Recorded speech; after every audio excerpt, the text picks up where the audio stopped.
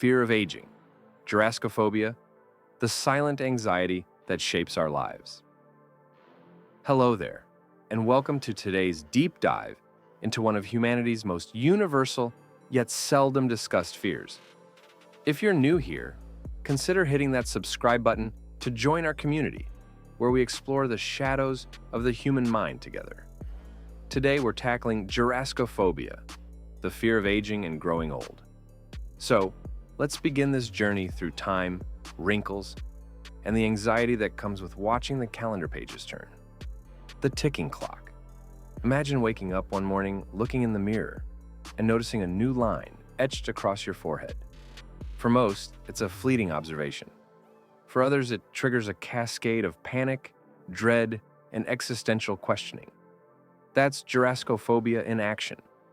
In a culture obsessed with youth and vitality, the fear of aging has become increasingly prevalent. From anti-aging creams promising to turn back time to the booming cosmetic surgery industry in places like Los Angeles and Miami, we're constantly bombarded with messages that aging is something to be fought, feared, and avoided at all costs. But what exactly is Jurassicophobia?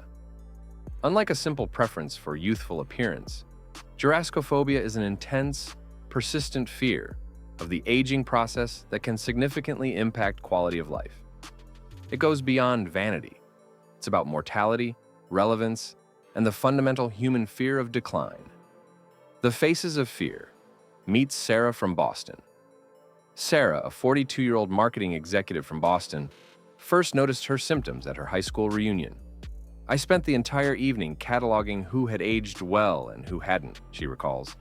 "Then I went home and spent 3 hours examining my face under different lighting, taking photos, comparing them to pictures from my 20s.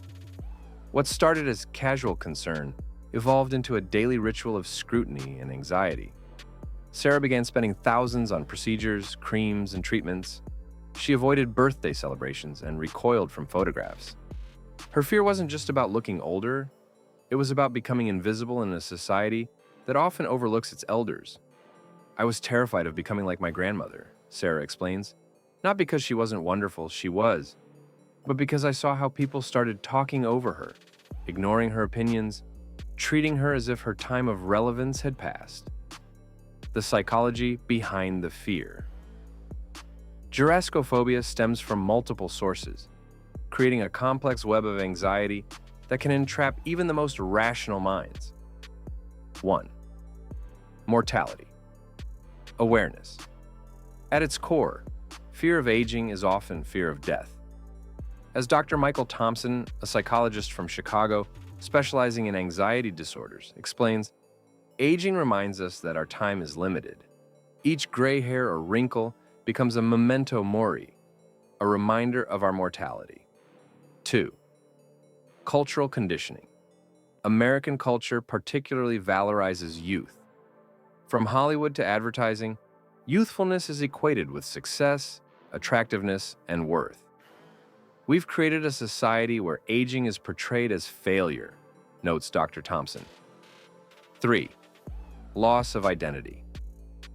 Many people, especially those whose self-image is strongly tied to physical appearance or physical capabilities, fear losing their identity as they age. 4. Economic anxiety. In cities like New York or San Francisco, where workplace ageism can be rampant, aging can trigger fears about financial security and professional relevance. 5. Health concerns. Legitimate concerns about declining health and potential dependence on others often underlie Jurassicophobia. When fear takes control, Tom's story. Tom, a 55-year-old former athlete from Denver, found himself spiraling after retiring from his career as a personal trainer. "My whole life was built around physical performance," he says. "When I started noticing changes, less stamina, slower recovery, muscle loss despite the same training regimen, I felt like I was losing myself." Tom's Jurassicophobia manifested differently than Sarah's. While she focused on appearance, his centered on physical decline. He began avoiding activities he once loved for fear of confronting his limitations. He stopped playing basketball with younger friends and declined hiking invitations, activities that had once been central to his identity. I'd lie awake calculating how many good years I had left, Tom admits. I became obsessed with longevity statistics and anti-aging research. I was spending more time trying to prevent aging than actually living my life. The physical and emotional toll. Gyrascophobia doesn't just hurt emotionally. It can have serious physical consequences. Chronic stress. The constant anxiety about aging triggers cortisol release, which ironically can accelerate the aging process. Social isolation. Many sufferers withdraw from social situations to avoid comparisons or having others notice their aging. Financial strain. Excessive spending on anti-aging products, procedures, and treatments can create significant financial pressure. Body dysmorphia. Severe cases can develop into obsessive focus on perceived flaws and changes. Depression. The feeling of fighting an inevitable losing battle can lead to hopelessness and depression. The paradox: how fear of aging accelerates aging. In what might be the cruelest irony, gyrascophobia often accelerates the very process people fear. Dr. Jennifer Martinez, a neurologist from Phoenix, explains. Chronic stress and anxiety trigger inflammatory responses in the body that can actually speed up cellular aging. The telomeres, protective caps on our chromosomes that shorten as we age, degrade faster under chronic stress. Additionally, behaviors stemming from gyrascophobia often worsen health outcomes. Excessive cosmetic procedures can cause complications. Extreme dieting to maintain a youthful figure can lead to nutritional deficiencies. And the social isolation that often accompanies this fear eliminates one of the most proven factors in longevity: strong social connections. Cultural variations. Not everyone fears the same way. Interestingly, gyrascophobia isn't universal across cultures. In many East Asian societies, aging is associated with increased wisdom and social status. The Japanese concept of sabi finds beauty in the imperfect, impermanent, and incomplete, including the natural aging process. Emily Chen, who moved from San Francisco to her ancestral home in a small Japanese village, describes the contrast.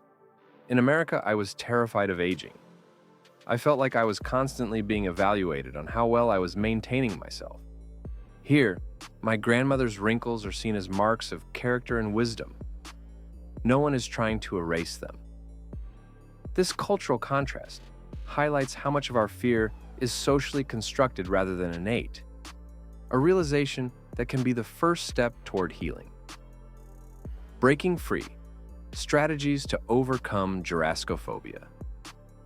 If you recognize yourself in these stories, know that there are effective ways to address and overcome this fear. 1. Cognitive reframing. Dr. Thompson recommends challenging negative thoughts about aging.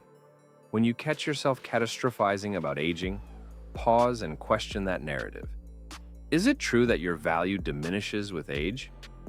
Is it true that life can't be joyful and meaningful in later decades? Second, exposure therapy. Gradually exposing yourself to aging-related triggers can desensitize you to the fear.